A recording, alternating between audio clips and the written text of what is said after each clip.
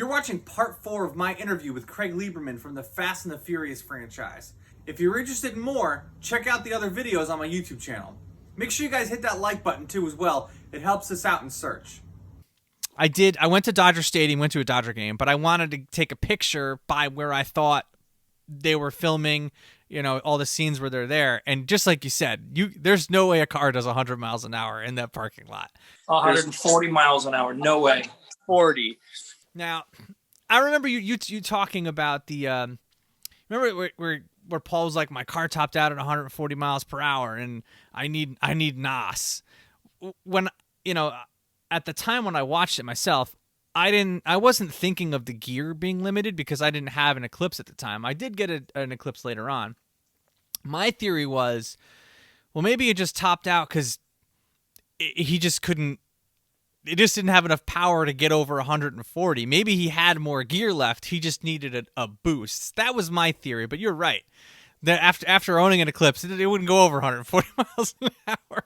And, you know, there's electronic limits on cars that are, you know, tied to what the tire ratings are, right?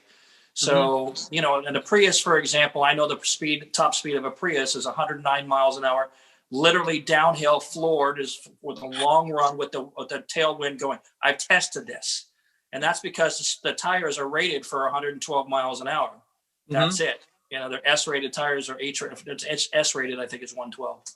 That's as fast as a car is going to go. I've had plenty of cars topped out in my life, and that's just it. You know, the Supra, the car went 167 indicated. It was the fastest I could ever get the car. That's it. That's the fastest I could get it. My M3 was chipped, so that's not fair. My yellow Diablo, I got it up to 203 indicated, which is probably more like 194 or something like that. But that's the fastest top speed I've ever done in a street car. So the bullshit with the nitrous oxide, you know, that came from when I showed them the car at Universal that first day. They saw the big bottles in the back. I took Rob for a drive up on the Hollywood's 101 freeway, which is usually crowded, but that time of day it's not. So, you know, I rolled it into a second gear, got started to get on the ramp, started building up the RPM. And then as soon as I could look in my side view mirror, nothing was coming. I jumped on it, and it had a big single on it that came on at about 4,500 RPM. Oh my God. I just ran it right up to the red line, went into the third real quick, and I never lifted. By the time we were done, I was doing about 130, 140 miles an hour. And he's screaming at me, "Is that the NOS?" And I'm like, "No, that's the turbo." Well, I mean, it was definitely something. You know, of course, NOS is you know, amongst car enthusiasts, like the way they talked about it in the movie, we're just like, oh God. But to a casual person, some of the liberties they took in the movie to romanticize the car stuff, I think helped draw people in some sense, because they were like, that's really cool. I want to learn more about that. Then they later find out maybe not so all that stuff was true. Like the floorboard falling out of an Eclipse during a race and Dobbs' feet not hanging out of it. Like that doesn't happen. That doesn't happen. But yeah, so the guy who ran nitrous oxide systems back in the day is a guy by the name of Mike Thermos. I ran into his kid at Cars and Coffee, who's now in his 20s, right? And I had a great conversation with him. I called up Mike, who's running another company now. I think it was called Nitrous Outlet or something like that. And I said, we had a great conversation for about an hour. And he said, you know what? One thing that really, you know, pissed me off is that people are calling it NOS. We never called it NOS. I don't know where they came up with that. I said, I'll tell you the story. We put these little labels. I still have the label maker that we used on the steering wheel so that the actors would know which button to push, which ones were horn or which one was a nitrous. So they just said NOS because that was what was on the bottle. All the stickers said NOS in the first movie. In the second movie, if you go back and watch it, I was so sick of everybody calling it NOS. I put N2O labels on all the steering wheels. Okay. I personally did that. Hey, that'll fix it. That'll fix it. As cool as nitrous is, I've actually never owned a nitrous car. I think I'm doing a 351 Windsor swap in my 66 Mustang, and I might throw a 75 shot on it just to say that just to have it. It'll handle carbureted or injected. So here's the thing. It's probably going to be fuel injected. I'm trying to find maybe like Phytac or Holley if they want to do some type of like maybe partial sponsorship, and I'll do a whole feature and DIY on the YouTube channel about how to do it. So I would like to go fuel injected on it. My dad has a 1953 Ford F100 pickup truck that he's fully restoring. Going to be a resto mod, and that we're definitely doing fuel injection on. So I'm good. We're going to need 2 351 Windsor fuel injection systems at some point.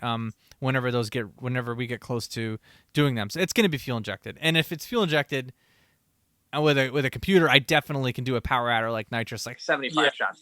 Going to be nothing. Yeah, you don't want to do it with a carburetor because you'll be rejetting and all that. It's just you'll never get the right mix. It just doesn't work right.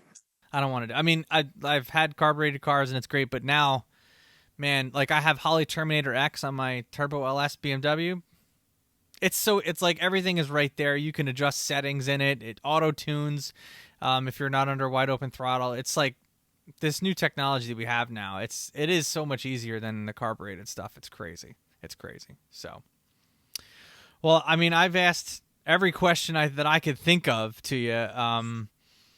I'm just glad that you carved out the time to talk to me. I know other people that watch my channel and that follow me on TikTok and Instagram probably are thinking some of these questions that I have watching your YouTube channel. So if anybody's watching now, if you haven't already seen Craig Lieberman's YouTube, he's got a wealth of knowledge about the Fast and the Furious franchise, in-depth breakdowns of scenes, and all the different cars from all of the movies, and even down to how to build a replica if you want to, and he doesn't talk you into it or out of it, or even down to like motor racks and how they got their GTRs into America and how there's only a certain amount of them that are legal today. So down to all that. So if anybody hasn't checked out Craig's YouTube channel, make sure you guys do. Craig, do you have anything else you wanna say to the Low Boost the viewers? Basically, if you're going to street race, do it someplace. Don't film it, number one. Okay? Do it in the middle of freaking nowhere where there's no other cars coming, all that kind of stuff, in the middle of nowhere. And I don't mean a country road. Mm-hmm. And last but not least, don't show people your license plate. No, all joking aside. You got to go to Mexico. That's what they call it, going to Mexico. I'm a big track guy. I like track racing, drag racing at the strip. I hope to get kicked out this year because I don't have a cage in my car. So if I can run 10s, that's my goal, is to get kicked out this year. And then I'll put a cage in it. I'll put a bolt and put a cage. Once you get on a track, and I've said this to a lot of people, including my own son who's approaching 30 years of age. I said, once you get on the track, any shenanigans you do on a canyon road or on the street are no longer fun. It's just not the same. Not even close. Like driving through Dunkin' Donuts. There's just nothing as hard and as fast as I thought I could push a car in the street. It's not even 50% to what I can do on a track. Yep. That's why I don't do these cruises and stuff, because people are going to act a fool, go doing this stuff. I'm like, none of this stuff is impressive. What are you doing? No, but to me, lap times are impressive. I like lap times. I'm all about the math. Yes. It's a science and it's an art to really be able to drive a car like that. To me, best handling car I've ever owned is my Corvette. And I've owned, M3s. I own Maserati Gran Turismo. I've owned some interesting cars. I don't know. Nothing handles like that Corvette does. Nothing does. I don't know. Okay. Go drive a GT. Go drive it. I'm not trying to talk you out of it. I'm a big fan of Corvettes for a lot of reasons. I don't think I'd have enough hair on my chest yet to own a Corvette, but I'm working on that.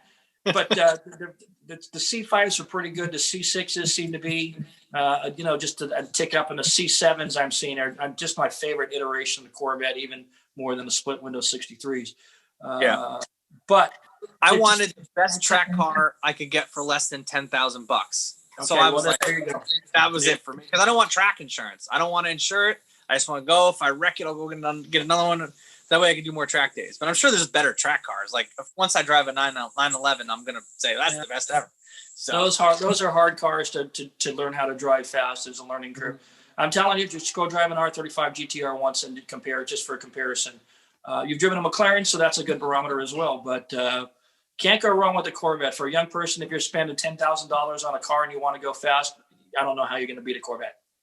It was great. So it was great. Yeah, of course the 570 handles better, but I didn't push it on a public road like I could. Yeah. So, But all right, guys, thank you very much for watching, and I'll catch you in the next one. If you liked this video, check out some of the other videos I have on my YouTube channel with my interview with Craig Lieberman. Also, if you're into cars, consider subscribing. I upload at least a video every week, not only just in podcast formats, but all the builds that I do on my E36 Turbo LS Swap, 1953 Ford F100 pickup truck, 1966 Ford Mustang, C5 Corvette, and a bunch of other cars. So if you're into that kind of stuff, hit that subscribe button. Thank you guys very much for watching, and I'll catch you in the next one.